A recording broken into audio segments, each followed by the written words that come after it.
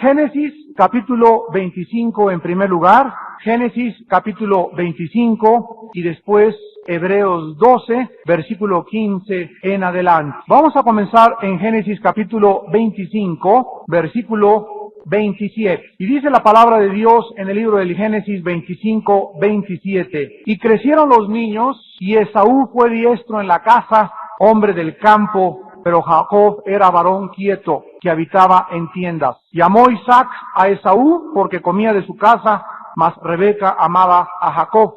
Y guisó Jacob un potaje, y volviendo Esaú del campo cansado, dijo a Jacob: te ruego que me des a comer de ese guiso rojo. La palabra rojo en el hebreo es Edom, para a los que les interese, Edom. Pues estoy muy cansado, por tanto fue llamado su nombre Edom. La palabra Edom significa rojo. Y Jacob respondió: véndeme en este día tu primogenitura. Entonces dijo Esaú: he aquí yo me voy a morir, ¿para qué pues me servirá la primogenitura? Y dijo Jacob: júramelo en este día, y se lo juró, y vendió a Jacob su primogenitura. Entonces Jacob dio a Esaú pan y del guisado de las lentejas, y él comió y bebió, y se levantó y se fue.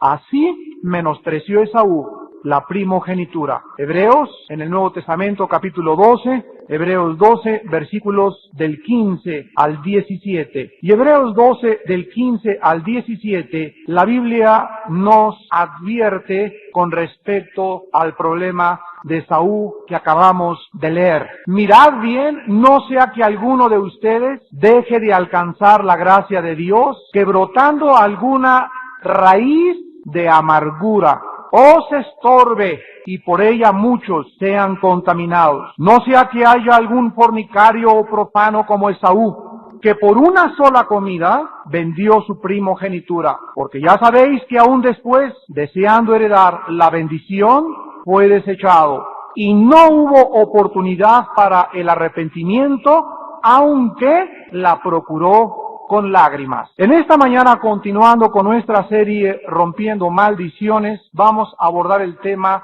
de la maldición que viene por la amargura. Las maldiciones que vienen a tu vida cuando hay o existe alguna raíz de amargura contra alguien, contra algo, contra tu pasado o contra cualquier persona que te haya herido y que tú no has podido perdonar. En Hebreos 12, 16, la Biblia usa un calificativo para Esaú y le llama profano. Y aquí la palabra profano en el original griego no significa lo que regular y comúnmente nosotros usamos con relación a este término. Una persona profana de una forma regular se le dice que es una persona que dice muchas groserías o que es una persona que continuamente está maldiciendo. Pero aquí en este caso particular la palabra profano significa mundano, terrenal, consciente nada más de las cosas terrenales y bloqueado,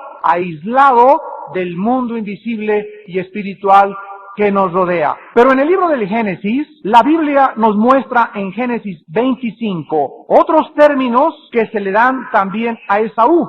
Y dice el versículo 27 que Esaú era un hombre diestro en la caza, hombre del campo. Y aquí también encontramos en la construcción gramatical original del idioma hebreo que lo que el Espíritu Santo está dándonos a entender respecto a Esaú era que Esaú era un hombre macho. Esaú es el prototipo y la personificación de un varón macho. Un varón que constantemente está involucrado en peleas. Una persona, un varón que continuamente persigue a toda mujer que le coquetea. Un hombre que continuamente vive preocupado por su físico. Un hombre que se considera orgulloso de tener el plumaje azul aquí detrás del pecho. Trae la camisa hasta el ombligo mostrando el plumaje azul.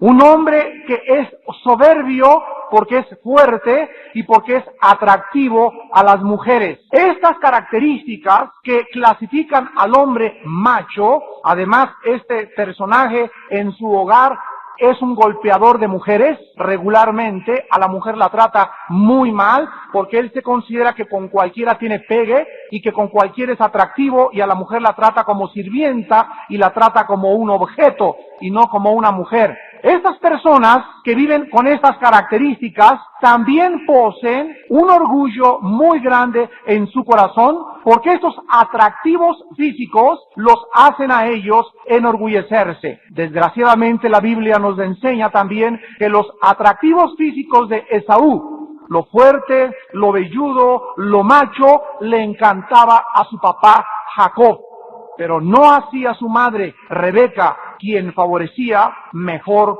a su hijo Jacob. Dice Génesis 25:28, y amó Isaac a Esaú, porque comía de su casa, mas Rebeca amaba a Jacob.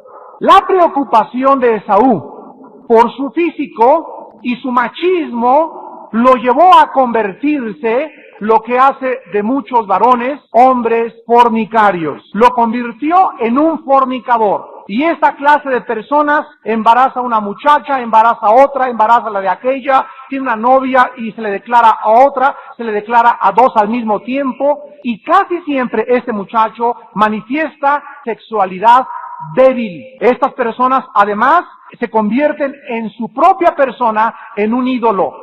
Entran al baño y se pasan 20 minutos peinándose, se hacen caireles y se enchinan y se voltean y por todos lados, y están constantemente preocupados por su físico, en lugar de servir y adorar al único Dios vivo y verdadero. Un día, cuando Esaú regresaba del campo, estaba hambriento y vio a su hermano que estaba guisando un potaje o un guiso. Muchos dicen que eran lentejas. Dice el versículo 29 al 34 que cuando llega este muchacho del campo, le dice a su hermano, dame de comer. Entonces Jacob le da de comer, y cuando él le pide a su hermano la primogenitura, en ese momento su hermano le dice con mucho desprecio, ¿para qué puedo yo querer la primogenitura? Ahí está, te la doy por un simple y sencillo y miserable plato de comida. Para que ustedes puedan comprender la tragedia de Esaú, que se sigue repitiendo en muchos varones del siglo XX, entiendan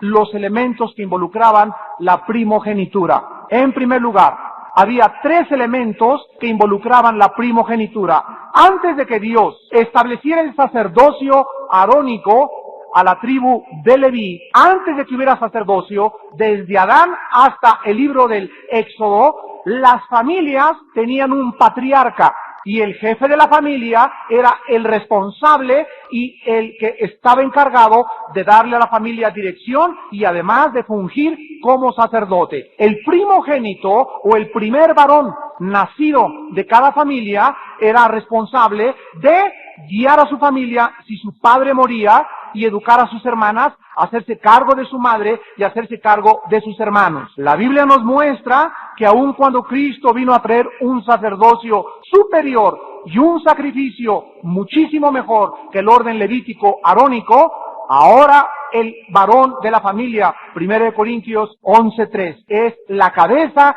de su hogar. En una familia existe un padre y existe un hijo varón la mayor parte de las veces. Todos ustedes los que son hijos varones primogénitos, Dios continúa responsabilizándolos de que ustedes defiendan a sus hermanas y a su madre. Todo hijo varón primogénito es un defensor y es la persona en cada hogar que necesita llevar a su familia cualquier problema. Él debe abocarse al problema entre hermanos, él debe ser el pacificador, problema entre hermanas o que agredan a tu hermana, tú eres el primero que debes de defenderlo. En segundo lugar, la primogenitura involucraba la promesa de Abraham. La familia de Abraham poseía la promesa edénica tocante a que de ellos nacería el Mesías, que iría a herir a la serpiente, Génesis 3:15. Y también a través de esta promesa, la línea mesiánica o de ascendencia del Mesías se traza en la Biblia desde Abel. Incluye a Set, a Sem, Abraham, Isaac e Esaú. Esaú era el hombre a quien le correspondía espiritual, moral y físicamente el llevar a su familia, el levantar a su familia, el dirigir a su familia y el heredero de la promesa de Abraham. Y en tercer lugar, Esaú. En este caso era el primogénito y venía en la línea directa de la promesa hecho a Abraham. Él pudo haber sido Esaú, el instrumento por el cual Dios deseaba bendecir la tierra. Hermanos en Jesucristo que me escuchan, Dios ha asignado, escuchen muy bien, que en todas las familias, la persona que pueda romper las maldiciones que podamos haber heredado de nuestros padres, abuelos, tatarabuelos, sea en primer lugar el hombre. Ya lo vimos hace 2 o 3 conferencias, que Dios le da al hombre la autoridad de poder cancelar maldiciones pronunciadas por la esposa o inclusive por los propios hijos. El padre de familia tiene la autoridad de decir: Padre, cancelo lo que dijo mi esposa, cubro bajo la sangre de Cristo la maldición de mi hija o de mi hijo, y Dios cancela esa maldición por la autoridad que nos ha conferido. Ahora bien, si el padre no funciona en su calidad de sacerdote de su casa, entonces Dios se vuelve al primogénito, y es el primogénito, el primer varón de esa familia, de ese hogar, de ese matrimonio, a quien le corresponde legal, bíblica y espiritualmente la autoridad. Y cuando el primogénito no usa esa autoridad que su padre no está usando, entonces la familia queda, como comúnmente se dice, al garete. Esa familia queda como un barco sin timón, siendo azotada por tempestades, y entonces vienen los hijos de los hijos y los nietos arrastrando las maldiciones que el padre ni el primogénito pudieron romper. Con estos ejemplos vamos ahorita a poder entender de qué forma la desobediencia acarrea siempre amargura, porque no hay una persona en esta mañana quien no haya sido herida en su pasado por alguien. Todos nosotros tenemos heridas emocionales del alma. Te hirió tu mamá cuando eras niña, te hirió tu papá, estás desilusionadísima del matrimonio de tus padres, algún hermano fue un hipócrita y te desilusionó. Hay muchas causas por las cuales cualquiera se puede amargar. Y Dios quiere que entendamos algo. Mientras caminamos por este mundo, mientras vamos pisando un valle de sombras y de muertes y de traiciones y de fraudes y de homicidios y de deslealtades y de persecución y de injusticias, tenemos que mantener nuestra mente limpia de amargura, porque es tan grave la amargura que el escritor a los Hebreos dice que bloquea, detiene la gracia de Dios. No puede Dios hacer nada mientras la persona no perdone. No puede Dios darle ese poder a esa persona mientras esa persona no perdone. Y ahora que hemos entrado a liberación y que Dios nos ha mostrado áreas recónditas del corazón y de la mente, hemos podido constatar todos los grandes hombres de Dios en el mundo entero, no solo en México nosotros, en el mundo entero Dios ha levantado hombres como Ed Morphy, exdirector de Overseas Crusade, el presidente del seminario teológico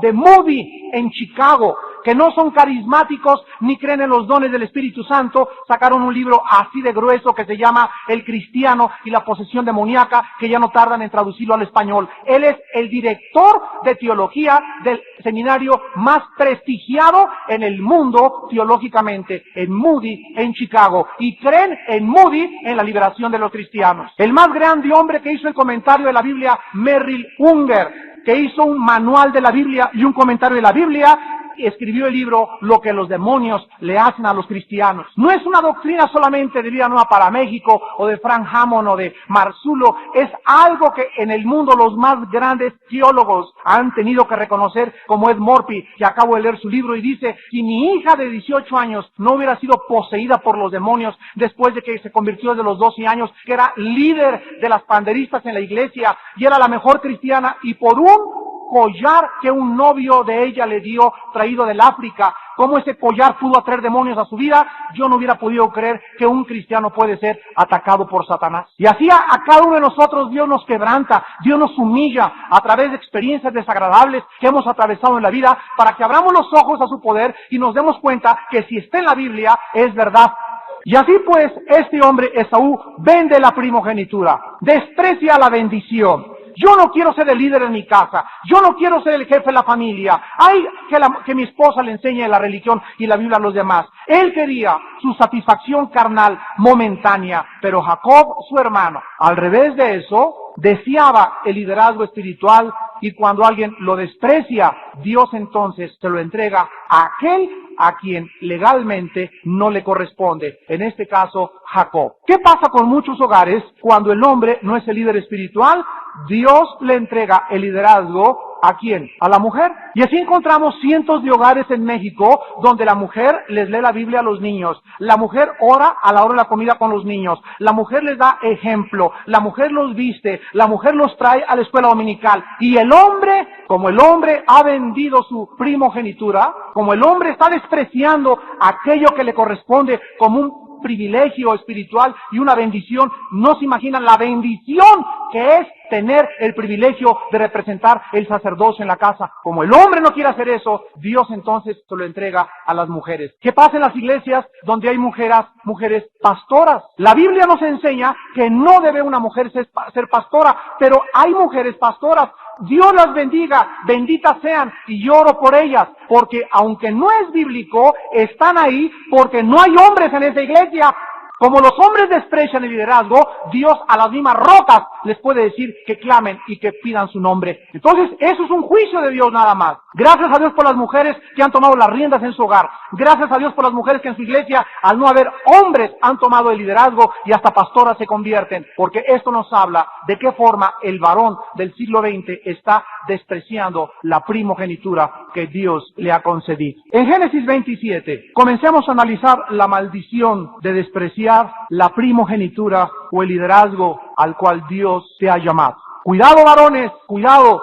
Se pagan caras las consecuencias. Es un lujo que no podemos darnos. Somos responsables delante de Dios y tenemos que dar cuenta a Dios de esta grave investidura que Dios nos ha otorgado de ser la cabeza de nuestro hogar. En Génesis 27, versículo 34, dice la Biblia, cuando Esaú oyó las palabras de su padre, clamó con muy grande y muy amarga exclamación y le dijo, bendíceme también a mí, Padre mío. Versículo 37 al 41. Isaac respondió y dijo a Esaú, he aquí yo le he puesto por señor tuyo y le he dado por siervos a todos sus hermanos. De trigo y de vino le he provisto, ¿qué pues te haré a ti ahora, hijo mío? Y Esaú respondió a su padre, ¿no tienes más que una sola bendición, padre mío? Bendíceme también a mí, padre mío.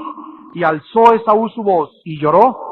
Entonces Isaac, su padre, habló y le dijo, he aquí será tu habitación en grosuras de la tierra y del rocío de los cielos de arriba, y por tu espada vivirás y a tu hermano servirás, y sucederá cuando te fortalezcas que descargarás su yugo de tu servicio. Y aborreció Esaú a Jacob por la bendición con que su padre le había bendecido, y dijo en su corazón, llegarán los días de luto de mi padre, y yo mataré a mi hermano Jacob. Esaú, aquí ya habiendo perdido el derecho, la bendición de Dios a su primogenitura, ahora va después y se acerca con su padre y le dice, por favor, bendíceme. La actitud de Esaú no era una actitud de arrepentimiento bíblico. La Biblia nos muestra, vayamos a 2 de Corintios 7, para que analicemos las dos clases de arrepentimiento que existen, porque una cosa es remordimiento y otra cosa arrepentimiento. Son dos términos diferentes, dos actitudes diferentes, dos posiciones diametralmente opuestas sobre las cuales solo Dios puede conocer. En 2 de Corintios 7, del 9 al 10, dice el apóstol Pablo estas palabras. 2 de Corintios 7, versículos del 9 al 10. Ahora me gozo, no porque hayáis sido contristados, sino porque fuisteis contristados para arrepentimiento, porque habéis sido contristados según Dios, para que ninguna pérdida padecieseis por nuestra parte, porque la tristeza que es según Dios produce arrepentimiento para salvación, de que no hay que arrepentirse, pero la tristeza del mundo produce muerte. Esto está personificado por Judas. Judas traiciona a Cristo, lo entrega por 30 miserables monedas de plata.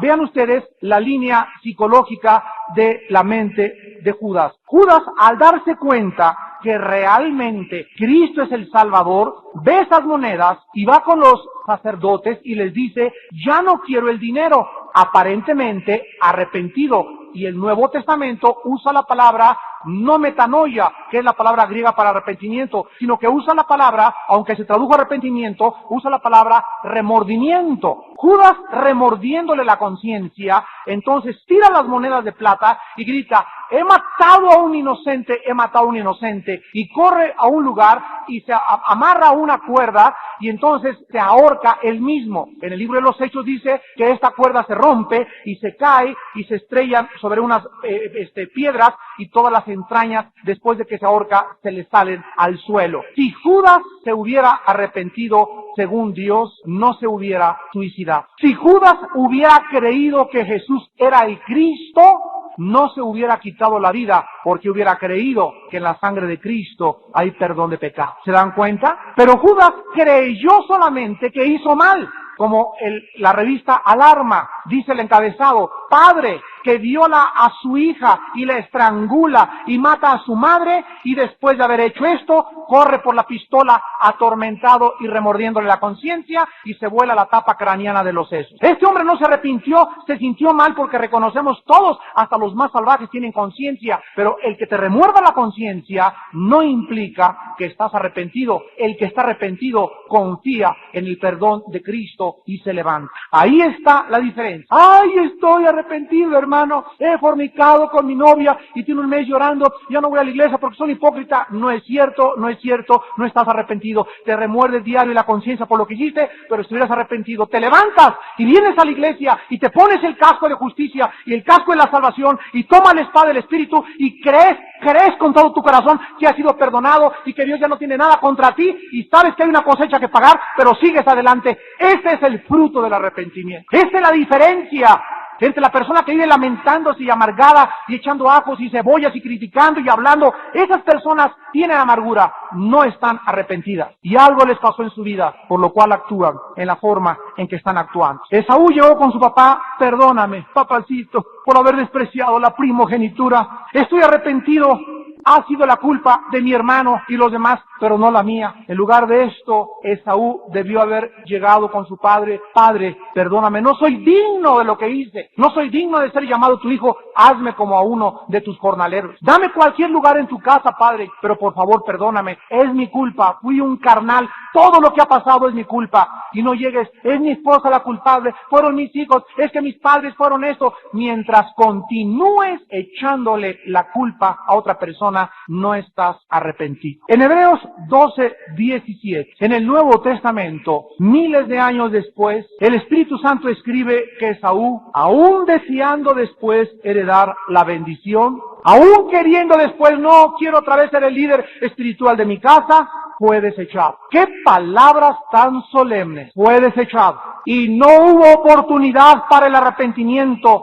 No hubo oportunidad para el arrepentimiento, aunque lloró, chilló, gritó, se revolcó y ayunó. No hubo oportunidad para el arrepentimiento. ¿Qué cosa es lo que Dios nos está tratando de enseñar para que conozcamos a este Dios de la Biblia? Lo que Dios nos trata de enseñar es lo siguiente. Vayamos otra vez al libro de los Hebreos y veamos aquí en el libro de los Hebreos de qué forma se describe de una forma clarísima en el capítulo 6. ¿Por qué no hay perdón después para los apóstatas? Hebreos 6, versículo 4. Porque es imposible. La palabra imposible, de una forma determinante y tajante, dice no hay chance. No es posible. Imposible significa que jamás podrá haber una posibilidad. Imposible es no hay posibilidad. Es imposible. ¿Qué cosa es imposible? Que los que una vez vinieron a los estudios bíblicos, una vez vinieron a los desayunos, fueron a la iglesia, fueron, en otras palabras, iluminados. Dos, gustaron del don celestial, gustaron y dijeron, qué bonito, de veras está bonito el desayuno, qué bonito mensaje, esto me gusta, la Biblia es linda, ay, azuquita, mielecita, le supo todo, está bonito los cantos, me sentí que estaba ya en el cielo. Gustaron del don celestial, del regalo de Dios, fueron hechos partícipes del Espíritu Santo. No dice que recibieron al Espíritu Santo, dice que en una conferencia como en esta mañana, todos ustedes son partícipes del Espíritu Santo, aunque muchos de ustedes no lo reciban, están participando de la iluminación y de la enseñanza del Espíritu Santo. En ninguna parte enseña aquí que estas personas fueron salvas. En ningún momento enseña que fueron salvos. Vean a continuación lo que dice el versículo 5. También gustaron de la buena palabra de Dios, les gustó la Biblia y los poderes del siglo venidero. Oyeron del anticristo, oyeron del milenio, oyeron lo que viene, los poderes del futuro, escucharon y les gustó y dijeron, qué bonito está aquí en la Biblia. Versículo 6, recayeron. La palabra recaer significa volver a caer, no dice cayeron, dice recayeron, que significa volver a caer.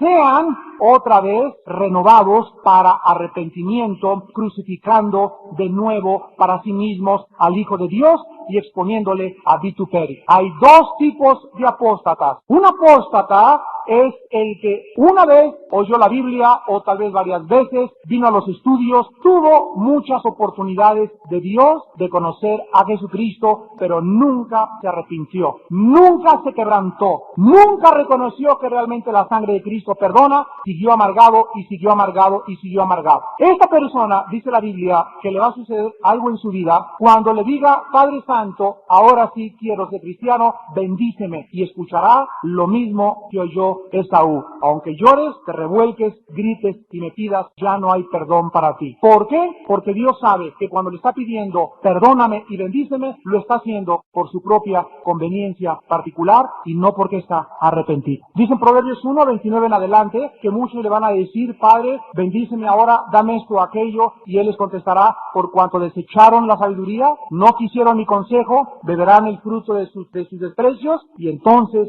me llamarán y no responderé. ¿Cómo sabemos que este pasaje de Hebreos 6, del 3 al 6, no eran cristianos? Porque muchos lo usan para enseñarnos de que la salvación se puede perder. Lo dice el versículo del 7 al 9. Ahí lo dice que no son salvos. Vean ustedes. Porque la tierra que bebe la lluvia, que muchas veces cae sobre ella y produce hierba provechosa a aquellos por los cuales es labrada, recibe bendición de Dios. Pero la que produce espinos y abrojos es reprobada, está próxima a ser maldecida y su fin es el ser quemada. Pero en cuanto a vosotros, oh amados, estamos persuadidos de cosas mejores y que pertenecen a ¿qué cosa? Aquí el autor a los hebreos está diciendo, este grupo no es posible que puedan ser arrepentidos porque son exactamente como la tierra, como la hierba mala que nunca tuvieron raíces. Estos, igual que esta tierra, están próximos a ser maldecidos. Y entonces se voltea y dice, pero en cuanto a ustedes, ya deja a este grupo y se voltea con otro grupo y les dice, tenemos cosas mejores que pertenecen a la salvación. El mismo contexto hermenéuticamente del pasaje nos prohíbe enseñar de que estas personas descritas del 3 al 6 hayan sido algún día salvos y perdieron la salvación. A través de la analogía es claro, nunca conocieron a Cristo, nunca se arrepintieron, fueron a la iglesia, fueron a los estudios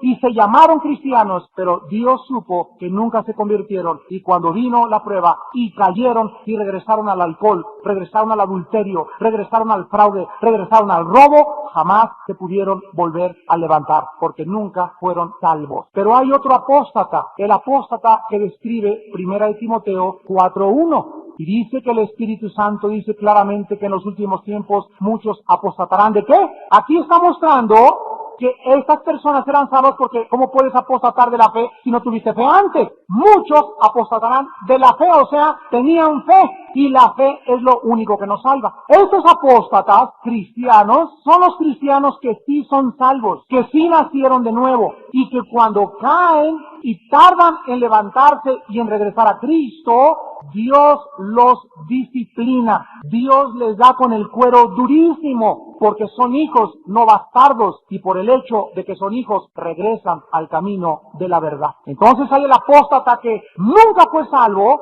pero caminó entre los salvos y después salieron de nosotros, pero no eran de nosotros, porque si hubieran sido nosotros, hubieran permanecido con nosotros, pero salieron para que se manifestase de que no todos son de nosotros. Pero el otro apóstata es el hermano cristiano, y cualquiera de ustedes, igual que el rey David, igual que Salomón, igual que Noé, igual que cualquier hombre de Dios, puede alejarse de Dios, pero tienes que regresar tarde o temprano. Y regresas, mira, de la oreja, pero duro, porque Dios te sangolotea y no te deja tirado. La promesa en 1 Timoteo es, cuando somos infieles, Él sigue siendo fiel. El que está sellado por el Espíritu Santo, te haré entender, dice el Señor, y te mostraré el camino en que debes andar. Ahora bien, vamos ahora regresando a Génesis 25, y veamos nosotros en Génesis 25:41, que Esaú, habiendo despreciado lo que Dios le había conferido. Génesis 25:41, Génesis 28, del 6 al 9, dice, vio Esaú como Isaac bendijo a Jacob, y le envió a Padán Aram para tomar para una mujer de allí, y cuando le bendijo, le había mandado diciendo, no tomarás mujer de las hijas de Canaán, y que Jacob había obedecido a su padre y a su madre, y se había ido a Padán Aram. Vio asimismo Esaú que las hijas de Canaán parecían mal a Isaac su padre, y se fue Esaú a Ismael, y tomó para sí por mujer a Maalat, hija de Ismael, hijo de Abraham, hermana de Nebaiot, además de sus otras mujeres. Ya en la cúspide de la amargura, le dice su papá a Esaú, hijito, no te cases con una mujer que no sea cristiana. No tomes de mujeres de los cananeos. No tomes mujeres de los filisteos. Pues ahora sí, como de a propósito, como decía mi abuelita, ahora sí, para ir en contra, pues la tomo. Y ahora voy en contra de ti, papá, y de lo que tú me digas, y en contra de lo que diga mi mamá. Y la persona amargada saca la espada y le declara la guerra a sus padres, a sus hermanos y a su familia. Aquí se hace mi voluntad y no me importa lo que ustedes me puedan decir. Y aquí vemos ya en el capítulo 28 del 6 al 9, odio, apúntelo, amargura, venganza, rebelión y desobediencia abierta en contra de sus papás. Esaú tiene la oportunidad de cancelar la maldición, pero no lo hace y no se arrepiente. Primero vende su primogenitura, pensando no vale la pena la Biblia ni las cosas espirituales. Número 2, comienza con amargura en su corazón, matar a su hermano por envidia. Número 3, comienza a vivir en la autolástima. Soy inocente, yo no merezco que me hagan esto, yo debería de ser pastor, yo debería ser ya predicador, a mí no me han reconocido como yo debería ser reconocido y no me han dado la posición que yo debo de tener, y comienza a sentirse la víctima de las circunstancias y se vuelve cada día más y más grande su autolástima en algo que se manifiesta en odio y en homicidio. Y finalmente, todo esto lo llevó a lo que lleva el pecado, a la depresión. Todos ustedes que viven deprimidos, hermanos que me escuchan y personas que nos visitan, la depresión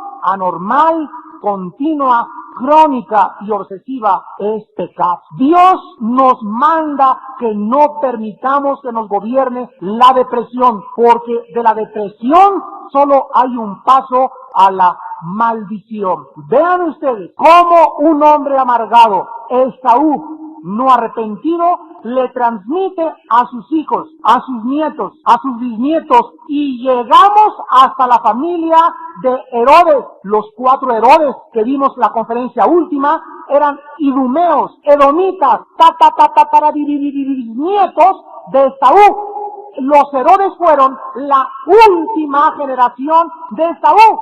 Y en toda la generación de Esaú, que fueron los edomitas y los idumeos, ningún primogénito, ningún padre de familia quiso aceptar la bendición. Vimos cómo los 4 Herodes, que eran la última manifestación de Esaú, Dios trató con Herodes el Grande, Herodes Antipas, Herodes Agripa y Herodes Agripa II, y ninguno quiso arrepentirse, y ahí se acabó la generación de los edomitas y de los idumeos. Y el único descendiente que hay de ellos actualmente es el rey Hussein de Jordán. Padres amargados, hijos amargados. Esto le pasó a Esaú.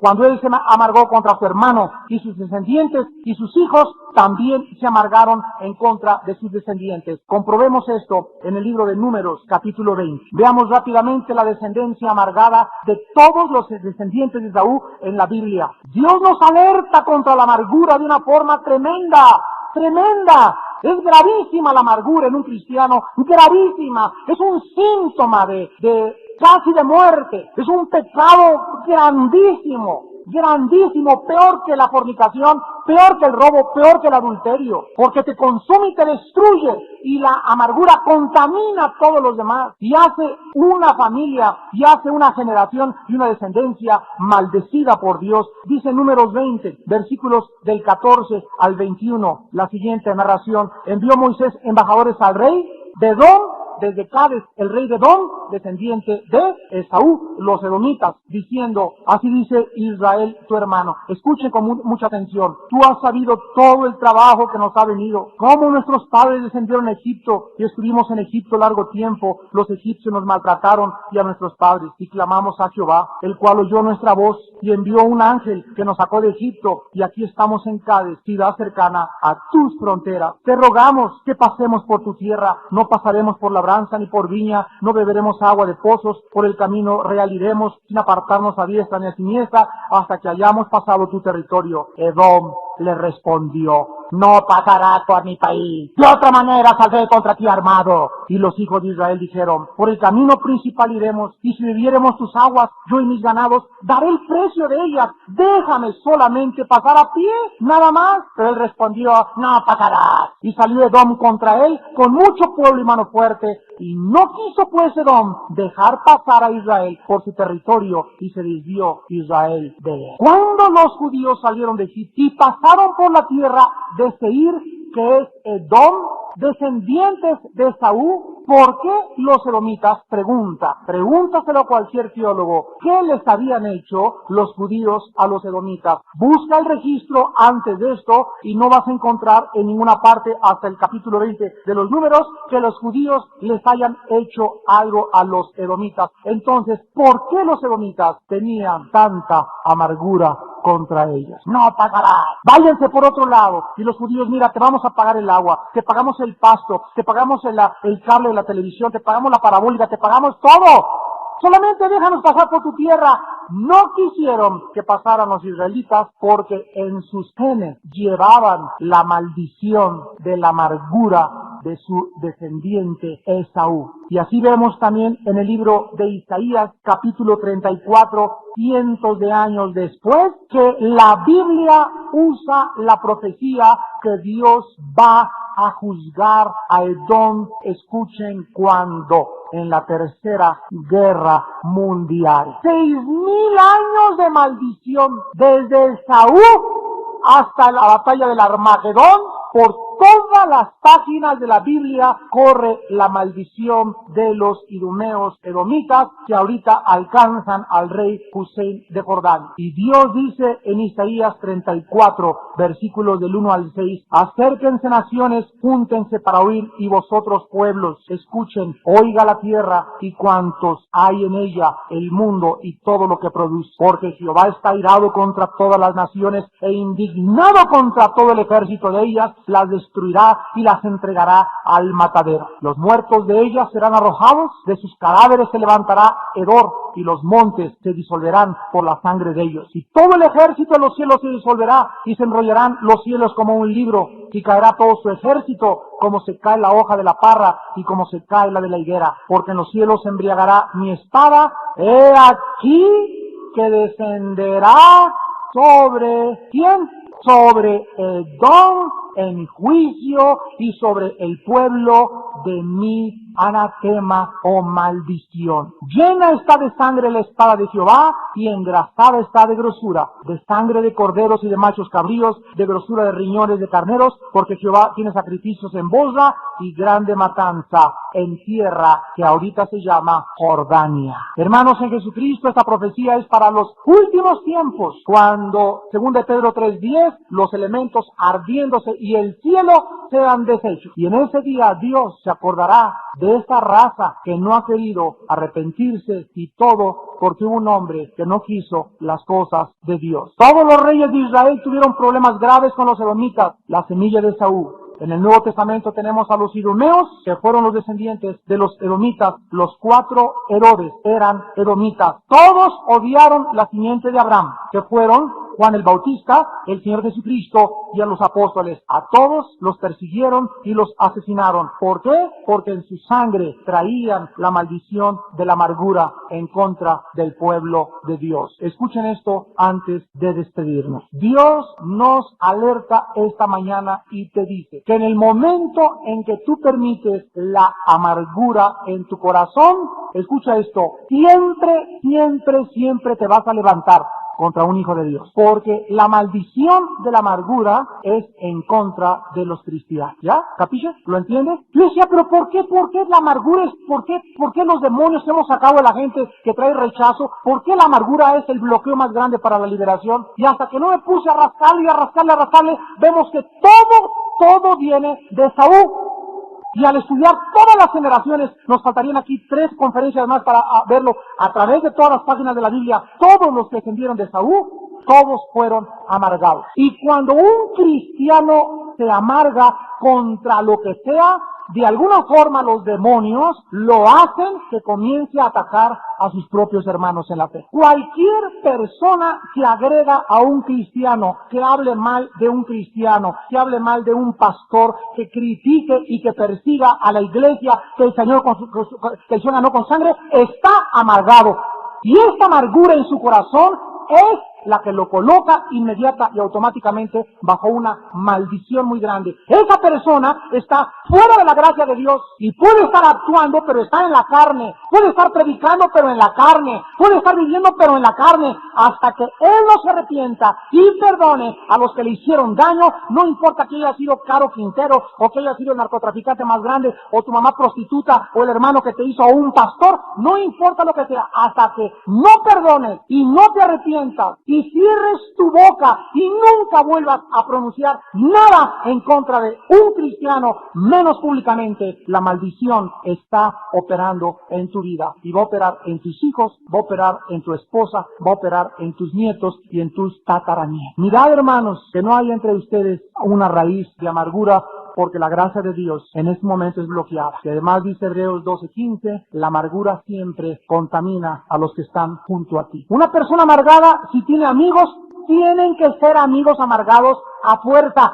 Una mujer amargada tiene que tener amigas amargadas a fuerza. No puede una persona amargada tener a alguien lindo y espiritual de espíritu, porque esa persona no dejaría contaminarse. Los amargados siempre se juntan, hacen equipo, viven juntos, comulgan juntos, se identifican juntos, porque es el mismo espíritu el que los controla y el que los domina. Y lo único en esta mañana que puede quitar esta maldición es la sangre de Jesucristo. Y tú tienes en esta mañana que arrepentir. Tienes que confesar delante de Dios tu amargura. No importa con quién te haya hecho daño o lo que te hicieron, perdona. No tienes ningún derecho de levantarte contra nadie y de acusar a alguien, porque el único que acusa es el diablo. El diablo, Apocalipsis 12, se le llama el acusador. No hagas tú la labor del diablo. Cualquier cristiano que comienza a andar acusando a los demás está haciendo la labor del diablo. Él es el acusador. Nosotros somos siervos de Dios y tenemos un mensaje que predicar, y es el Evangelio de Jesucristo. No podemos andar ahí acusando y echando y aquel, y ese, el otro, porque nos morimos en la amargura. Comenzamos a hervir en la amargura y moriremos en el veneno de la amargura. Nuestro mensaje es predicar a Cristo y el amor del Señor. Ya si un hermano está por allá mal, Dios es digno para juzgarlo. Él es el que tiene el juicio y ha puesto a Jesucristo como el juez. Si hay un problema interno en la iglesia, nosotros lo arreglamos los pastores, pero no lo ventaneamos públicamente y decimos, ese hermano y aquel hermano y el de la otra iglesia y esto para qué está mal, porque en ese momento caemos bajo un juicio muy grande de Dios, que es, no levantarás el dedo en contra de tu hermano, porque es Dios el que juzga y es Dios el que sentencia. Amémonos y perdonémonos, y que el mundo vea por todas partes, no que salgan libros atacándonos entre nosotros, sino que salgan libros que digan, ¿cómo se aman los cristianos? Y no, ya ves, ahí está, mira nada más lo que salió, este libro en Sanborns, atacándose unos a otros. Esto es el desprecio de la iglesia de Dios, es la tragedia de la iglesia de Dios, es lo que el diablo está haciendo con nosotros, y no lo vamos a permitir, porque por lo menos en esta iglesia nunca jamás hablaremos ni levantaremos el dedo en contra de nadie. Te damos gracias, Señor, en esta mañana por tu palabra. Te damos gracias, Señor, por la sangre de Jesucristo. Te damos gracias, Señor, por la limpieza de tu Espíritu. Oh, Señor, limpia, lava a nuestros hermanos amargados. Sánalos, Señor. Sana sus corazones. Muéstrales cuál es nuestra condición en la vida, Señor. Ir y hacer discípulos, predicando el Evangelio y haciendo discípulos, y no exhibiendo públicamente a los hermanos en la fe. Esto trae vergüenza a nuestra causa y reprocha tu nombre. Porque si un hermano está enfermo, todo el cuerpo debe dolerse, debe sentir y orar por ellos, pero no darlo a conocer, Señor, porque eres tú el que sanas a tu cuerpo. Eres tú, Señor. Te pedimos en esta mañana la sangre de Jesucristo. Hay muchos hijos en esta mañana tuyos, Padre, heridos, lastimados por otros hermanos en la fe, tal vez, o tal vez por sus padres o por sus hijos. En esta mañana, sánalos. Espíritu del Dios viviente, Ruach el Kadesh, toca en esta mañana con tu poder, Espíritu Santo. Toca estos corazones, toca a estas mentes con convicción de pecado y tráelos a la cruz. Cristo fue despreciado y desechado entre nosotros, varón de dolores, experimentado en quebrantos. Pero Él nunca dijo maldición en su boca, sino que encomendaba todas las cosas a aquel que ha de juzgar limpiamente.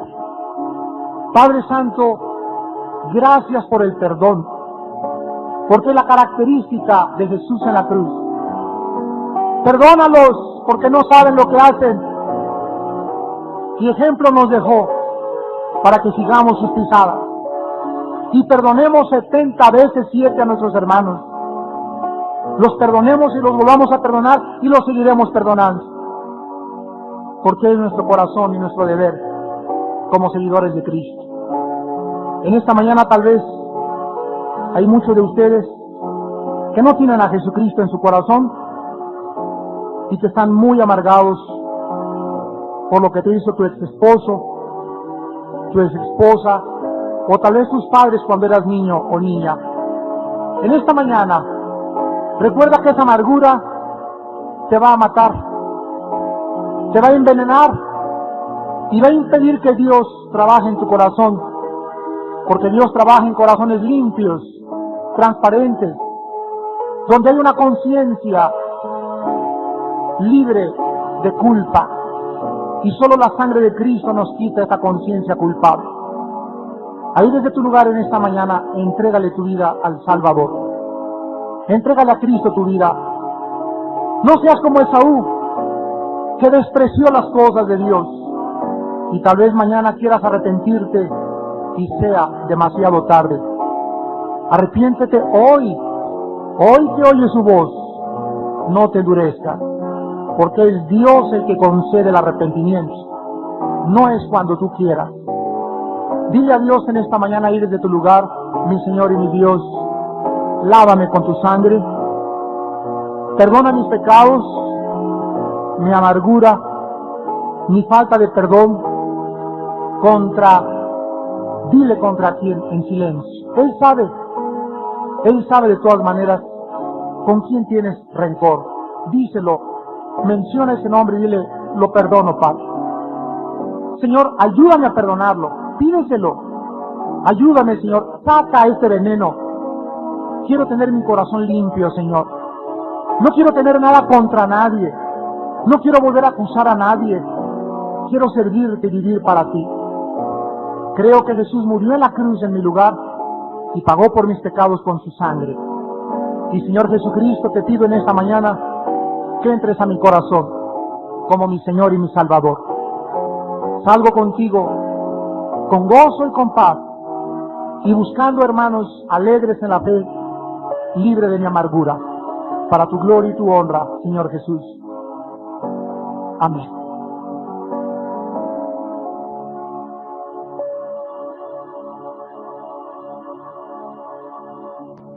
La mujer ora a la hora de la comida con los niños. La mujer les da ejemplo. La mujer los viste. La mujer los trae a la escuela dominical. Y el hombre, como el hombre ha vendido su primogenitura, como el hombre está despreciando aquello que le corresponde como un privilegio espiritual y una bendición, no se imaginan la bendición que es tener el privilegio de representar el sacerdocio en la casa. Como el hombre no quiere hacer eso, Dios entonces se lo entrega a las mujeres. ¿Qué pasa en las iglesias donde hay mujeres pastoras? La Biblia nos enseña que no debe una mujer ser pastora, pero hay mujeres pastoras.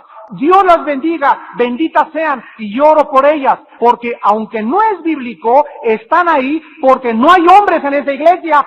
Como los hombres desprecian el liderazgo, Dios a las mismas rocas les puede decir que clamen y que pidan su nombre. Entonces, eso es un juicio de Dios nada más. Gracias a Dios por las mujeres que han tomado las riendas en su hogar. Gracias a Dios por las mujeres que en su iglesia, al no haber hombres, han tomado el liderazgo y hasta pastoras se convierten. Porque esto nos habla de qué forma el varón del siglo XX está despreciando la primogenitura que Dios le ha concedido. En Génesis 27, comencemos a analizar la maldición de despreciar la primogenitura o el liderazgo al cual Dios te ha llamado. Cuidado, varones, cuidado. Se pagan caras las consecuencias. Es un lujo que no podemos darnos. Somos responsables delante de Dios y tenemos que dar cuenta a Dios de esta grave investidura que Dios nos ha otorgado de ser la cabeza de nuestro hogar. En Génesis 27, versículo 34, dice la Biblia, cuando Esaú oyó las palabras de su padre, clamó con muy grande y muy amarga exclamación y le dijo, bendíceme también a mí, Padre mío. Versículo 37 al 41. Isaac respondió y dijo a Esaú, he aquí yo le he puesto por señor tuyo y le he dado por siervos a todos sus hermanos. De trigo y de vino le he provisto, ¿qué pues te haré a ti ahora, hijo mío? Y Esaú respondió a su padre, ¿no tienes más que una sola bendición, padre mío? Bendíceme también a mí, padre mío. Y alzó Esaú su voz y lloró. Entonces Isaac, su padre, habló y le dijo, he aquí será tu habitación en grosuras de la tierra y del rocío de los cielos de arriba, y por tu espada vivirás y a tu hermano servirás, y sucederá cuando te fortalezcas que descargarás su yugo de tu servicio. Y aborreció Esaú a Jacob por la bendición con que su padre le había bendecido, y dijo en su corazón, llegarán los días de luto de mi padre, y yo mataré a mi hermano Jacob. Esaú, aquí ya habiendo perdido el derecho, la bendición de Dios a su primogenitura, ahora va después y se acerca con su padre y le dice, por favor, bendíceme. La actitud de Esaú no era una actitud de arrepentimiento bíblico. La Biblia nos muestra, vayamos a 2 de Corintios 7, para que analicemos las dos clases de arrepentimiento que existen, porque una cosa es remordimiento y otra cosa arrepentimiento. Son dos términos diferentes, dos actitudes diferentes, dos posiciones diametralmente opuestas sobre las cuales solo Dios puede conocer. En 2 de Corintios 7, del 9 al 10, dice el apóstol Pablo estas palabras. 2 de Corintios 7, versículos del 9 al 10. Ahora me gozo, no porque hayáis sido contristados, sino porque fuisteis contristados para arrepentimiento, porque habéis sido contristados según Dios, para que ninguna pérdida padecieseis por nuestra parte, porque la tristeza que es según Dios produce arrepentimiento para salvación, de que no hay que arrepentirse, pero la tristeza del mundo produce muerte. Esto está personificado por Judas. Judas traiciona a Cristo, lo entrega por 30 miserables monedas de plata. Vean ustedes la línea psicológica de la mente de Judas. Judas, al darse cuenta que realmente Cristo es el Salvador, ve esas monedas y va con los sacerdotes y les dice, ya no quiero el dinero, aparentemente arrepentido. Y el Nuevo Testamento usa la palabra no metanoia, que es la palabra griega para arrepentimiento, sino que usa la palabra, aunque se tradujo arrepentimiento, usa la palabra remordimiento. Judas, remordiéndole la conciencia, entonces tira las monedas de plata y grita: he matado a un inocente, he matado a un inocente, y corre a un lugar y se amarra a una cuerda y entonces se ahorca él mismo. En el libro de los Hechos dice que esta cuerda se rompe y se cae y se estrella sobre unas piedras, y todas las entrañas, después de que se ahorca, se le salen al suelo. Si Judas se hubiera arrepentido, según Dios, no se hubiera suicidado. Si Judas hubiera creído que Jesús era el Cristo, no se hubiera quitado la vida, porque hubiera creído que en la sangre de Cristo hay perdón de pecado. ¿Se dan cuenta? Pero Judas creyó solamente que hizo mal.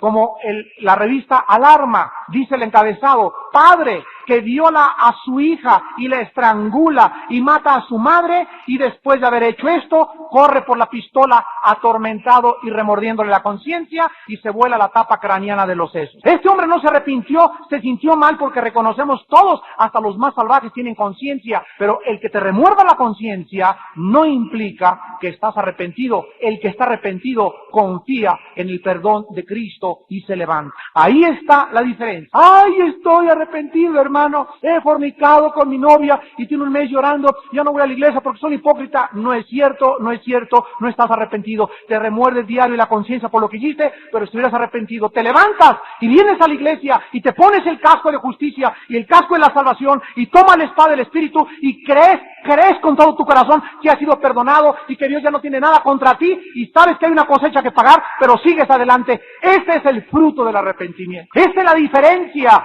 entre la persona que vive lamentándose y amargada y echando ajos y cebollas y criticando y hablando. Esas personas tienen amargura, no están arrepentidas, y algo les pasó en su vida, por lo cual actúan en la forma en que están actuando. Esaú llegó con su papá: perdóname, papacito, por haber despreciado la primogenitura. Estoy arrepentido. Ha sido la culpa de mi hermano y los demás, pero no la mía. En lugar de esto, Esaú debió haber llegado con su padre: padre, perdóname, no soy digno de lo que hice, no soy digno de ser llamado tu hijo, hazme como a uno de tus jornaleros. Dame cualquier lugar en tu casa, padre, pero por favor perdóname, es mi culpa, fui un carnal, todo lo que ha pasado es mi culpa. Y no llegues: es mi esposa la culpable, fueron mis hijos, es que mis padres fueron esto. Mientras continúes echándole la culpa a otra persona, no estás arrepentido. En Hebreos 12:17, en el Nuevo Testamento, miles de años después, el Espíritu Santo escribe que Esaú, aún deseando después heredar la bendición, aún queriendo después: no quiero otra vez ser el líder espiritual de mi casa, fue desechado. ¡Qué palabras tan solemnes! Fue desechado. Y no hubo oportunidad para el arrepentimiento. No hubo oportunidad para el arrepentimiento, aunque lloró. Génesis capítulo 25 en primer lugar, Génesis capítulo 25 y después Hebreos 12, versículo 15 en adelante. Vamos a comenzar en Génesis capítulo 25, versículo 27. Y dice la palabra de Dios en el libro del Génesis 25, 27. Y crecieron los niños, y Esaú fue diestro en la casa, hombre del campo, pero Jacob era varón quieto, que habitaba en tiendas. Llamó Isaac a Esaú porque comía de su casa, mas Rebeca amaba a Jacob. Y guisó Jacob un potaje, y volviendo Esaú del campo cansado, dijo a Jacob: te ruego que me des a comer de ese guiso rojo. La palabra rojo en el hebreo es Edom, para a los que les interese, Edom. Pues estoy muy cansado, por tanto fue llamado su nombre Edom. La palabra Edom significa rojo. Y Jacob respondió: véndeme en este día tu primogenitura. Entonces dijo Esaú: he aquí yo me voy a morir, ¿para qué pues me servirá la primogenitura? Y dijo Jacob: júramelo en este día. Y se lo juró, y vendió a Jacob su primogenitura. Entonces Jacob dio a Esaú pan y del guisado de las lentejas, y él comió y bebió, y se levantó y se fue. Así menospreció Esaú la primogenitura. Hebreos, en el Nuevo Testamento, capítulo 12, Hebreos 12, versículos del 15 al 17. Y Hebreos 12, del 15 al 17, la Biblia nos advierte con respecto al problema de Esaú que acabamos de leer. Mirad bien, no sea que alguno de ustedes deje de alcanzar la gracia de Dios, que brotando alguna raíz de amargura os estorbe y por ella muchos sean contaminados. No sea que haya algún fornicario o profano como Esaú, que por una sola comida vendió su primogenitura, porque ya sabéis que aún después, deseando heredar la bendición, fue desechado, y no hubo oportunidad para el arrepentimiento, aunque la procuró con lágrimas. En esta mañana, continuando con nuestra serie Rompiendo Maldiciones, vamos a abordar el tema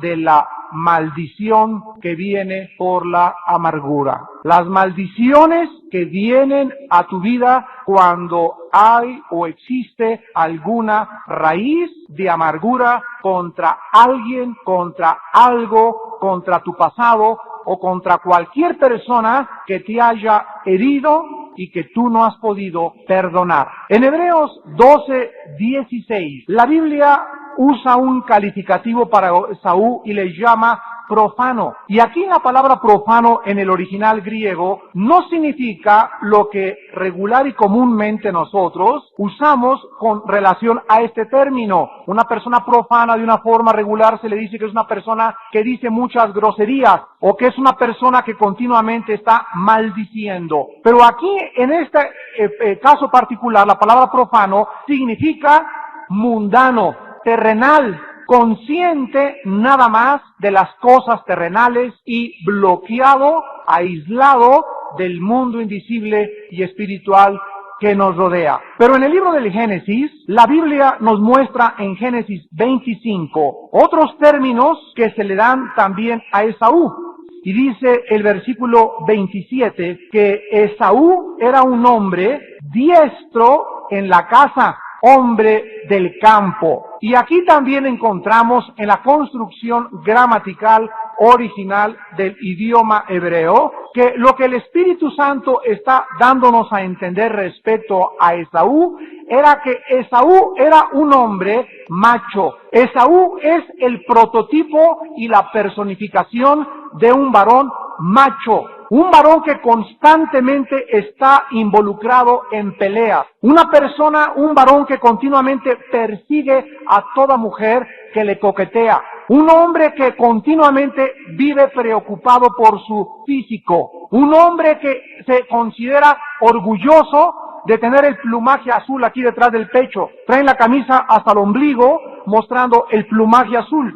Un hombre que es soberbio porque es fuerte y porque es atractivo a las mujeres. Estas características que clasifican al hombre macho, además este personaje en su hogar es un golpeador de mujeres regularmente, a la mujer la trata muy mal porque él se considera que con cualquiera tiene pegue y que con cualquiera es atractivo y a la mujer la trata como sirvienta y la trata como un objeto y no como una mujer. Estas personas que viven con estas características también poseen un orgullo muy grande en su corazón porque estos atractivos físicos los hacen a ellos enorgullecerse. Desgraciadamente la Biblia nos enseña también que los atractivos físicos de Esaú, lo fuerte, lo velludo, lo macho, le encantaba a su papá Jacob, pero no así a su madre Rebeca, quien favorecía mejor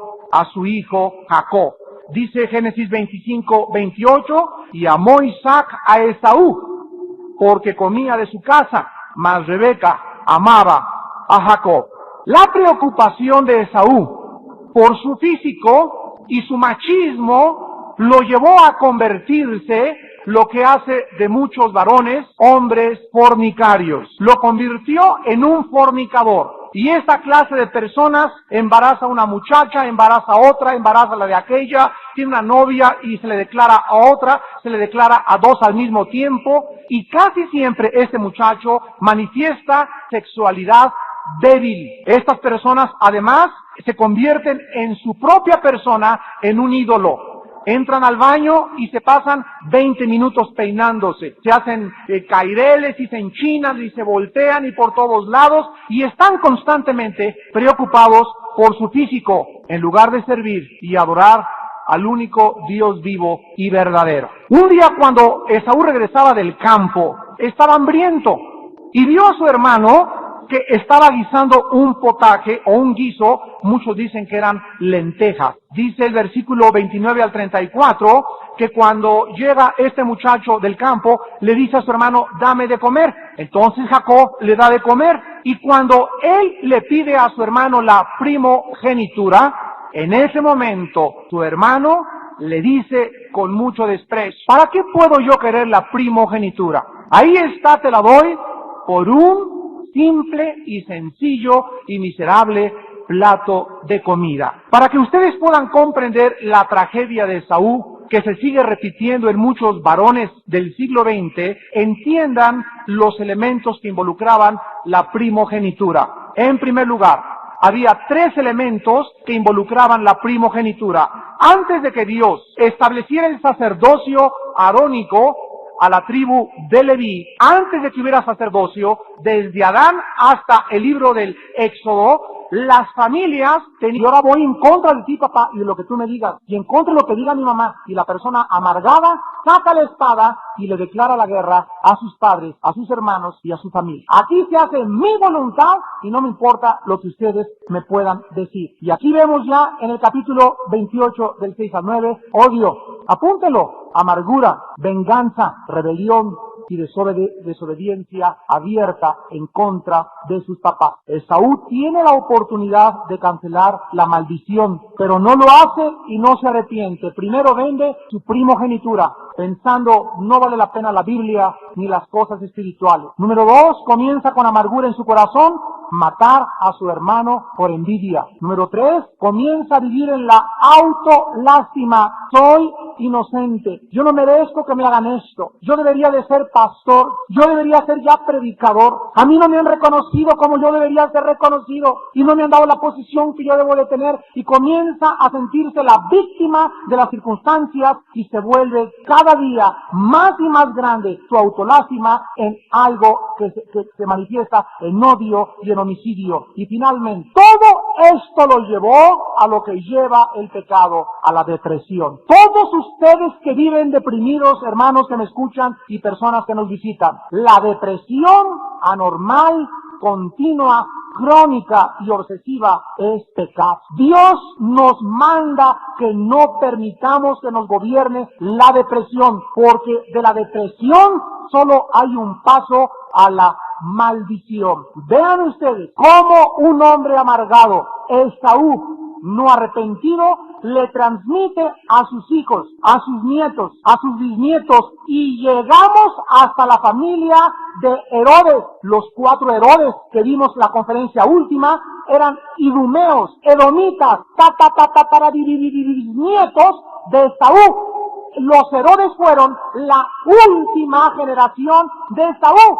Y en toda la generación de Esaú, que fueron los edomitas y los idumeos, ningún primogénito, ningún padre de familia quiso aceptar la bendición. Vimos cómo los 4 Herodes, que era la última manifestación de Esaú, Dios trató con Herodes el Grande, Herodes Antipas, Herodes Agripa y Herodes Agripa II, y ninguno quiso arrepentirse, y ahí se acabó la generación de los edomitas y de los idumeos. Y el único descendiente que hay de ellos actualmente es el rey Hussein de Jordán. Padres amargados, hijos amargados. Esto le pasó a Esaú cuando él se amargó contra su hermano, y sus descendientes y sus hijos también se amargaron en contra de sus descendientes. Comprobemos esto en el libro de Números, capítulo 20. Veamos rápidamente la descendencia amargada de todos los descendientes de Esaú en la Biblia. Dios nos alerta contra la amargura de una forma tremenda, tremenda. Es gravísima la amargura en un cristiano, gravísima. Es un síntoma de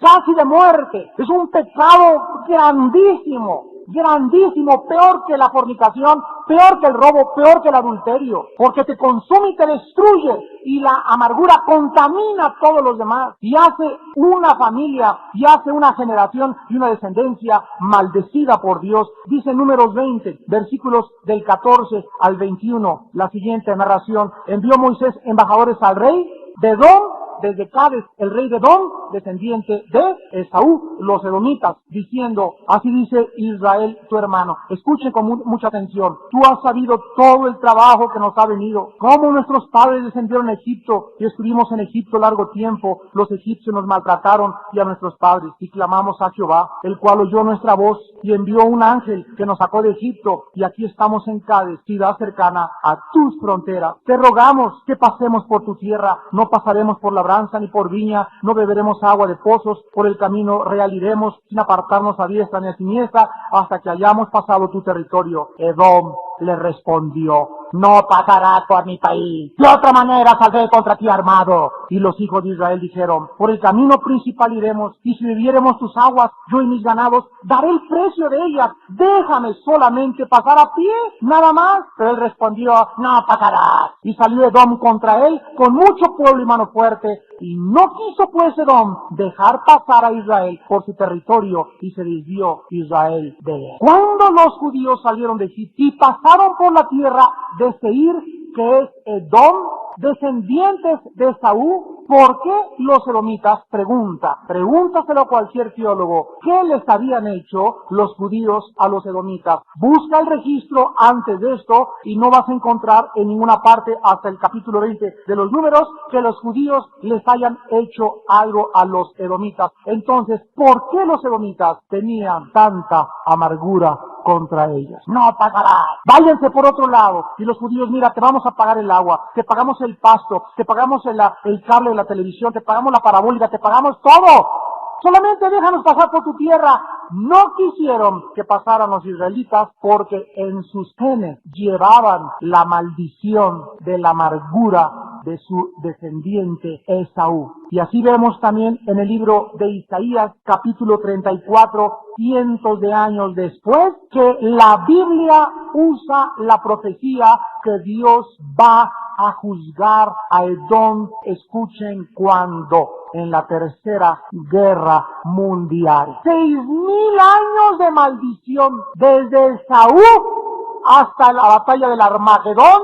Por todas las páginas de la Biblia corre la maldición de los idumeos edomitas que ahorita alcanzan al rey Hussein de Jordán. Y Dios dice en Isaías 34, versículos del 1 al 6, acérquense naciones, júntense para oír, y vosotros pueblos, escuchen, oiga la tierra y cuantos hay en ella, el mundo y todo lo que produce. Porque Jehová está airado contra todas las naciones e indignado contra todo el ejército de ellas, las destruirá y las entregará al matadero. Los muertos de ellas serán arrojados, de sus cadáveres se levantará hedor, y los montes se disolverán por la sangre de ellos. Y todo el ejército de los cielos se disolverá, y se enrollarán los cielos como un libro, y caerá todo su ejército, como se cae la hoja de la parra, y como se cae la de la higuera. Porque en los cielos se embriagará mi espada, he aquí que descenderá sobre, ¿quién?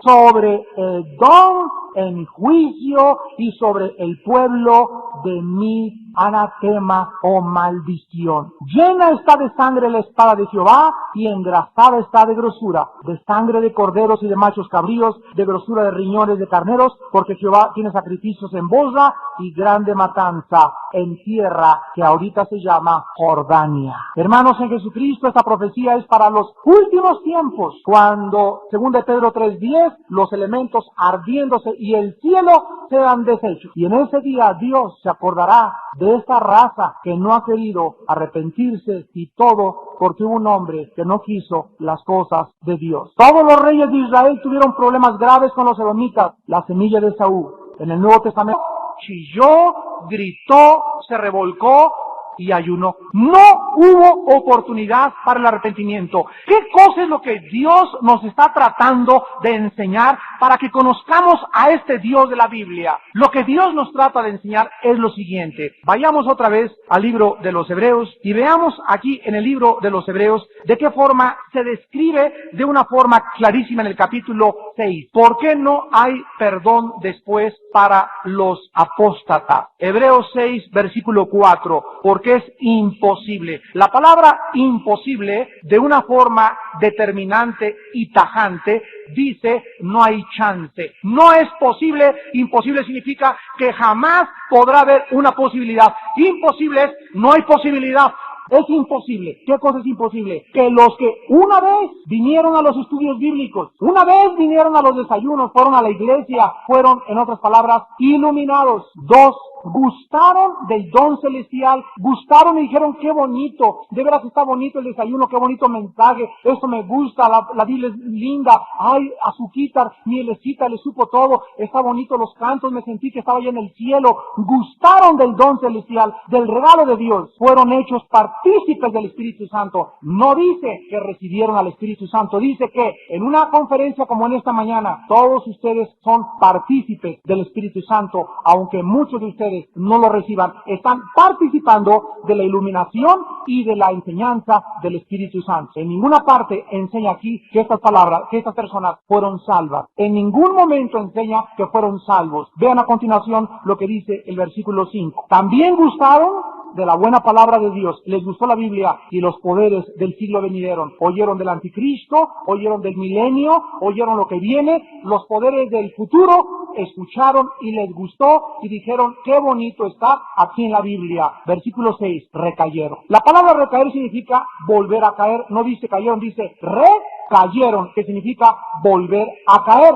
Sean otra vez renovados para arrepentimiento, crucificando de nuevo para sí mismos al Hijo de Dios y exponiéndole a vituperio. Hay dos tipos de apóstatas. Un apóstata es el que una vez oyó la Biblia o tal vez varias veces, vino a los estudios, tuvo muchas oportunidades de Dios, de conocer a Jesucristo, pero nunca se arrepintió, nunca se quebrantó, nunca reconoció que realmente la sangre de Cristo perdona, siguió amargado y siguió amargado y siguió amargado. Esta persona, dice la Biblia, que le va a suceder algo en su vida cuando le diga, Padre Santo, ahora sí quiero ser cristiano, bendíceme, y escuchará lo mismo que oyó Esaú. Aunque llores, te revuelques, grites y me pidas, ya no hay perdón para ti. ¿Por qué? Porque Dios sabe que cuando le está pidiendo perdóname y bendíceme, lo está haciendo por su propia conveniencia particular y no porque está arrepentido. Dicen Proverbios 1, 29 en adelante, que muchos le van a decir, Padre, bendíceme ahora, dame esto o aquello, y Él les contestará, por cuanto desecharon la sabiduría, no quisieron mi consejo, beberán el fruto de sus desprecios, y entonces me llamarán y no responderé. ¿Cómo sabemos que este pasaje de Hebreos 6, del 3 al 6, no eran cristianos? Porque muchos lo usan para enseñarnos de que la salvación se puede perder. Lo dice el versículo del 7 al 9. Ahí lo dice que no son salvos. Vean ustedes. Porque la tierra que bebe la lluvia, que muchas veces cae sobre ella y produce hierba provechosa a aquellos por los cuales es labrada, recibe bendición de Dios. Pero la que produce espinos y abrojos es reprobada, está próxima a ser maldecida y su fin es el ser quemada. Pero en cuanto a vosotros, oh amados, estamos persuadidos de cosas mejores y que pertenecen a ¿qué cosa? Aquí el autor a los hebreos está diciendo, este grupo no es posible que puedan ser arrepentidos porque son exactamente como la tierra, como la hierba mala que nunca tuvieron raíces. Estos, igual que esta tierra, están próximos a ser maldecidos. Y entonces se voltea y dice, pero en cuanto a ustedes, ya deja a este grupo y se voltea con otro grupo y les dice, tenemos cosas mejores que pertenecen a la salvación. El mismo contexto hermenéuticamente del pasaje nos prohíbe enseñar de que estas personas descritas del 3 al 6 hayan sido algún día salvos y perdieron la salvación. A través de la analogía es claro, nunca conocieron a Cristo, nunca se arrepintieron, fueron a la iglesia, fueron a los estudios y se llamaron cristianos, pero Dios supo que nunca se convirtieron y cuando vino la prueba y cayeron y regresaron al alcohol, regresaron al adulterio, regresaron al fraude, regresaron al robo, jamás se pudieron volver a levantar porque nunca fueron salvos. Pero hay otro apóstata, el apóstata que describe 1 Timoteo 4:1. Y dice que el Espíritu Santo dice claramente que en los últimos tiempos muchos apostatarán. ¿De qué? Aquí está mostrando que estas personas eran salvas porque ¿cómo puedes apostatar de la fe si no tuviste fe antes? Muchos apostatarán de la fe, o sea, tenían fe, y la fe es lo único que nos salva. Estos apóstatas cristianos son los cristianos que sí son salvos, que sí nacieron de nuevo, y que cuando caen y tardan en levantarse y en regresar a Cristo, Dios los disciplina, Dios les da con el cuero durísimo, porque son hijos, no bastardos, y por el hecho de que son hijos, regresan al camino de la verdad. Entonces hay el apóstata que nunca fue salvo, pero caminó entre los salvos y después salieron de nosotros, pero no eran de nosotros, porque si hubieran sido nosotros, hubieran permanecido con nosotros, pero salieron para que se manifestase de que no todos son de nosotros. Pero el otro apóstata es el hermano cristiano, y cualquiera de ustedes, igual que el rey David, igual que Salomón, igual que Noé, igual que cualquier hombre de Dios, puede alejarse de Dios, pero tienes que regresar tarde o temprano. Y regresas, mira, de la oreja, pero duro, porque Dios te sangolotea y no te deja tirado. La promesa en 1 Timoteo es, cuando somos infieles, Él sigue siendo fiel. El que está sellado por el Espíritu Santo, te haré entender, dice el Señor, y te mostraré el camino en que debes andar. Ahora bien, vamos ahora regresando a Génesis 25, y veamos nosotros en Génesis 25:41, que Esaú, habiendo despreciado lo que Dios le había conferido. Génesis 25:41, Génesis 28, del 6 al 9, dice, vio Esaú como Isaac bendijo a Jacob, y le envió a Padán Aram para tomar para una mujer de allí, y cuando le bendijo, le había mandado diciendo, no tomarás mujer de las hijas de Canaán, y que Jacob había obedecido a su padre y a su madre, y se había ido a Padán Aram. Vio asimismo Esaú que las hijas de Canaán parecían mal a Isaac su padre, y se fue Esaú a Ismael, y tomó para sí por mujer a Maalat, hija de Ismael, hijo de Abraham, hermana de Nebaiot, además de sus otras mujeres. Ya en la cúspide de la amargura, le dice su papá Esaú, hijito, no te cases con una mujer que no sea cristiana. No tomes de mujeres de los cananeos. No tomes mujeres de los filisteos. Pues ahora sí, como de a propósito, como decía mi abuelita, ahora sí, para ir en contra, pues la tomo. Tenían un patriarca, y el jefe de la familia era el responsable y el que estaba encargado de darle a la familia dirección y además de fungir como sacerdote. El primogénito o el primer varón nacido de cada familia era responsable de guiar a su familia si su padre moría y educar a sus hermanas, hacerse cargo de su madre y hacerse cargo de sus hermanos. La Biblia nos muestra que aun cuando Cristo vino a traer un sacerdocio superior y un sacrificio muchísimo mejor que el orden levítico arónico, ahora el varón de la familia, 1 Corintios 11:3, es la cabeza de su hogar. En una familia existe un padre y existe un hijo varón la mayor parte de las veces. Todos ustedes los que son hijos varones primogénitos, Dios continúa responsabilizándolos de que ustedes defiendan a sus hermanas y a su madre. Todo hijo varón primogénito es un defensor y es la persona en cada hogar que necesita llevar a su familia cualquier problema. Él debe abocarse al problema entre hermanos, él debe ser el pacificador, problema entre hermanas o que agredan a tu hermana, tú eres el primero que debes de defenderlo. En segundo lugar, la primogenitura involucraba la promesa de Abraham.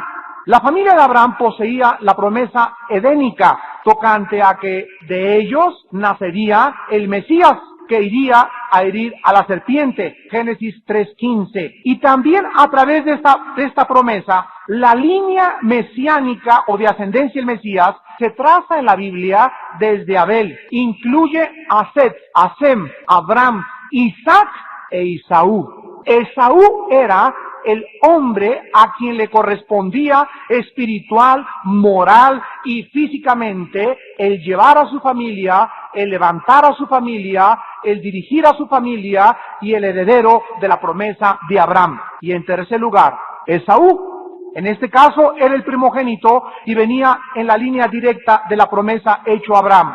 Él pudo haber sido Esaú, el instrumento por el cual Dios deseaba bendecir la tierra. Hermanos en Jesucristo que me escuchan, Dios ha asignado escuchen muy bien, que en todas las familias, la persona que pueda romper las maldiciones que podamos haber heredado de nuestros padres, abuelos, tatarabuelos, sea en primer lugar el hombre. Ya lo vimos hace 2 o 3 conferencias, que Dios le da al hombre la autoridad de poder cancelar maldiciones pronunciadas por la esposa o inclusive por los propios hijos. El padre de familia tiene la autoridad de decir: Padre, cancelo lo que dijo mi esposa, cubro bajo la sangre de Cristo la maldición de mi hija o de mi hijo. Y Dios cancela esa maldición por la autoridad que nos ha conferido. Ahora bien, si el padre no funciona en su calidad de sacerdote de su casa, entonces Dios se vuelve al primogénito, y es el primogénito, el primer varón de esa familia,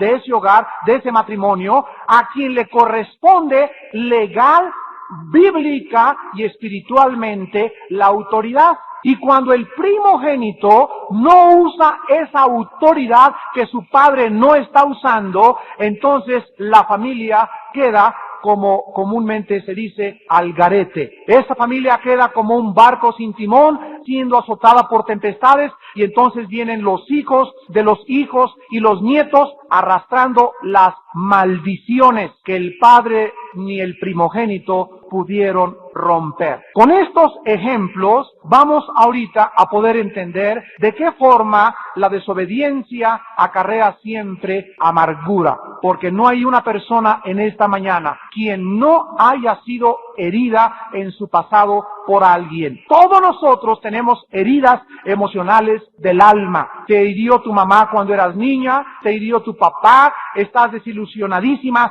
del matrimonio de tus padres, algún hermano fue un hipócrita y te desilusionó. Hay muchas causas por las cuales cualquiera se puede amargar.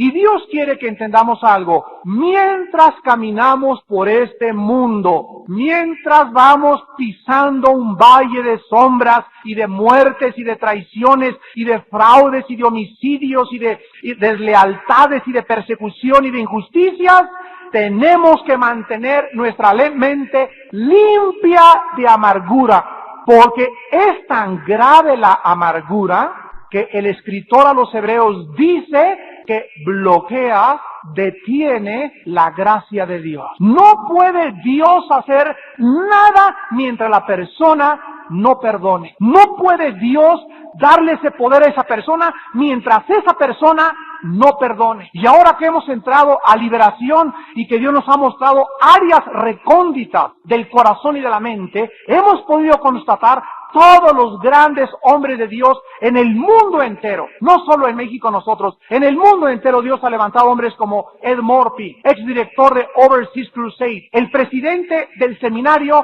teológico de Moody en Chicago, que no son carismáticos ni creen en los dones del Espíritu Santo, sacaron un libro así de grueso que se llama El Cristiano y la Posesión Demoníaca, que ya no tardan en traducirlo al español. Él es el director de teología del seminario más prestigiado en el mundo teológicamente, en Moody, en Chicago, y creen en Moody en la liberación de los cristianos. El más grande hombre que hizo el comentario de la Biblia, Merrill Unger, que hizo un manual de la Biblia y un comentario de la Biblia, y escribió el libro Lo que los demonios le hacen a los cristianos. No es una doctrina solamente de Vida Nueva para México, o de Frank Hammond, o de Marzulo. Es algo que en el mundo los más grandes teólogos han tenido que reconocer, como Ed Morphy, que acabo de leer su libro, y dice: si mi hija de 18 años no hubiera sido poseída por los demonios después de que se convirtió desde los 12 años, que era líder de las panderistas en la iglesia, y era la mejor cristiana, y por un collar que un novio de ella le dio, traído del África, cómo ese collar pudo atraer demonios a su vida, yo no hubiera podido creer que un cristiano puede ser atacado por Satanás. Y así a cada uno de nosotros Dios nos quebranta, Dios nos humilla a través de experiencias desagradables que hemos atravesado en la vida, para que abramos los ojos a su poder y nos demos cuenta que si está en la Biblia es verdad. Y así pues, este hombre Esaú vende la primogenitura, desprecia la bendición. Yo no quiero ser el líder en mi casa, yo no quiero ser el jefe de la familia, ay, que mi esposa le enseñe la religión y la Biblia a los demás. Él quería su satisfacción carnal momentánea, pero Jacob, su hermano, al revés de eso, deseaba el liderazgo espiritual, y cuando alguien lo desprecia, Dios entonces se lo entrega a aquel a quien legalmente no le corresponde, en este caso Jacob. ¿Qué pasa con muchos hogares cuando el hombre no es el líder espiritual? Dios le entrega el liderazgo ¿a quién? A la mujer. Y así encontramos cientos de hogares en México donde la mujer les lee la Biblia a los niños.